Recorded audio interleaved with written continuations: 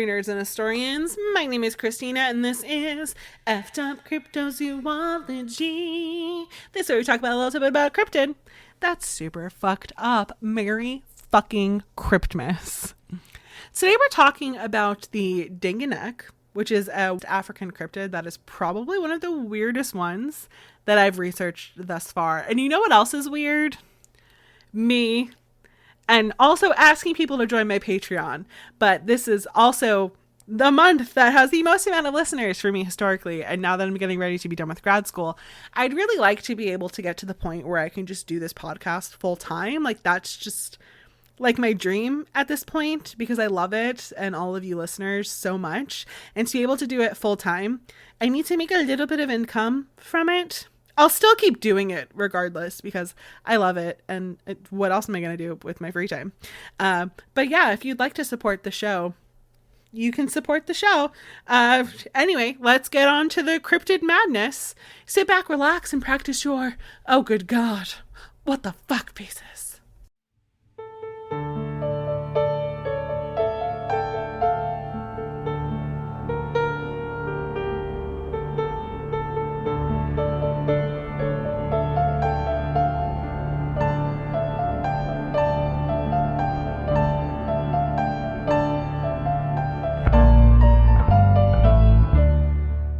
So the Dingonek had its first reported sighting in 1907 in East Africa around Kenya, although there was one admittedly unreliable source that said West Africa. Again, if you peep my sources, cryptids are mostly hearsay and oral traditions. Finding reliable sources for these lesser known ones that I'm also trying to highlight can be incredibly difficult.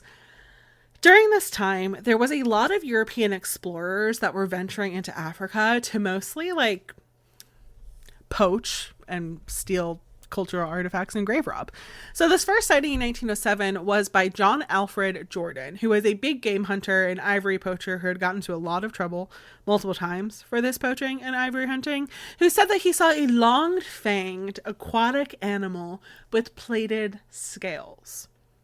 He was on a safari a couple years later with a man named Edgar Beecher Bronson, who described Jordan's encounter in more detail in his 1910 book called Enclosed Territory. He called it the jungle walrus. He said that the African men that were traveling with Jordan ran over to him and were just like frightened out of their mind and said that they saw this creature. And Jordan said that he wouldn't believe it until he saw it for himself. And so he went and he like trekked to the area where they said that they saw it. And then he saw it for himself.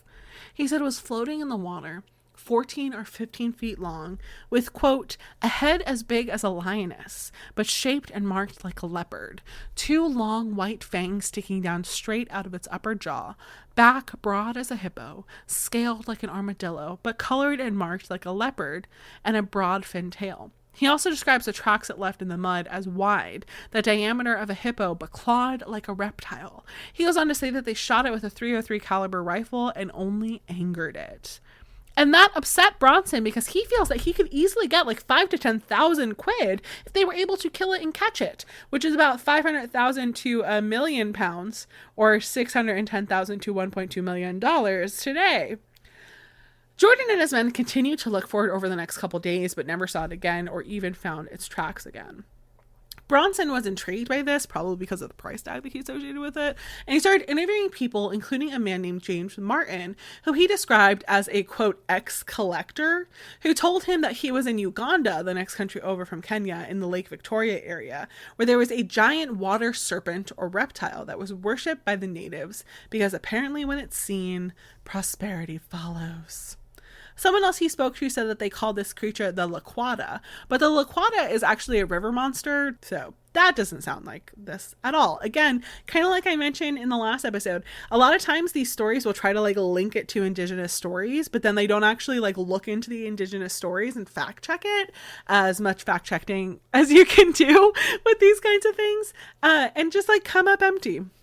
In 1913, Charles William Hobley republished Bronson's recount of Jordan's encounter in the Journal of East Africa Uganda Natural History Society. So yes, he republished an account of an account of an account, really. Like, you know, it's like, yeah.